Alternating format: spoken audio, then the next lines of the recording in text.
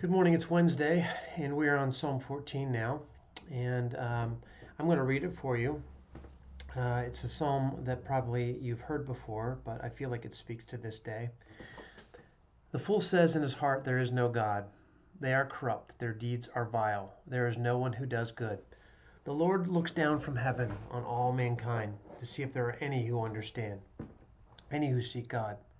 All have turned away, all have become corrupt. There is no one who does good, not even one. Do all these evildoers know nothing? They devour my people as though eating bread. They never call on the Lord. But there they are, overwhelmed with dread, for God is present in the company of the righteous. You evildoers frustrate the plans of the poor, but the Lord is their refuge. Oh, that salvation for Israel would come out of Zion. When the Lord restores his people, let Jacob rejoice and Israel be glad. Again, the thought, there are many familiar themes here, and we've already talked about some of them, but the thing that jumps off the page to me is this picture painted here of the fool, pictured as the godless person.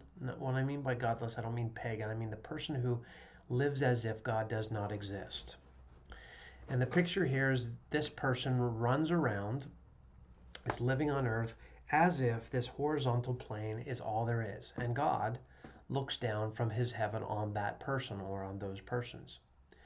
And it reminds me that it seems to me that many of us sit in our homes and we wait. We wait for salvation for this coronavirus problem.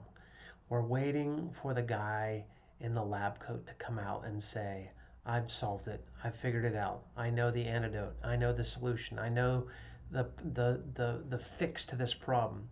Here's the inoculation. Here's the thing."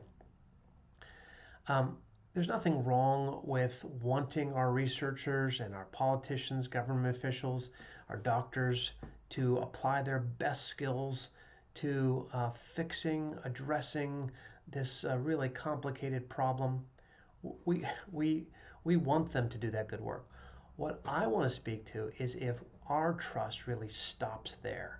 If we become those people who just simply are waiting for somebody in the human race to solve this problem, then we become like the fool in this psalm, living as if there is no God. And I want us just to back up a step and say that I want to see the providential God, the creator of the universe, who has chosen to interact and be personal, to be in the world in which we find ourselves. He is not absent. He is not uninvolved. He is not distracted. And any salvation that comes, any fix to this problem, I actually want to look beyond the human processes that created such things to the God who speaks life and truth and healing into the universe. When we take that perspective, then we can, along with the psalmist, say in verse 7, "Oh, that salvation for Israel would come out of Zion," which is God's city. "When the Lord restored his people, let Jacob rejoice and Israel be glad." So on the day that someone or somehow we address the malady of the coronavirus, we will give praise and we will thank those who work so hard to do it. But we will also remember in our hearts it's God that brings salvation. It's God that brings redemptive healing. It's God that speaks into our world and gives us the resources we need. We are not at risk. We are always perfectly safe with God as our Father in his kingdom. I hope those words will encourage you today. Grace and peace to you.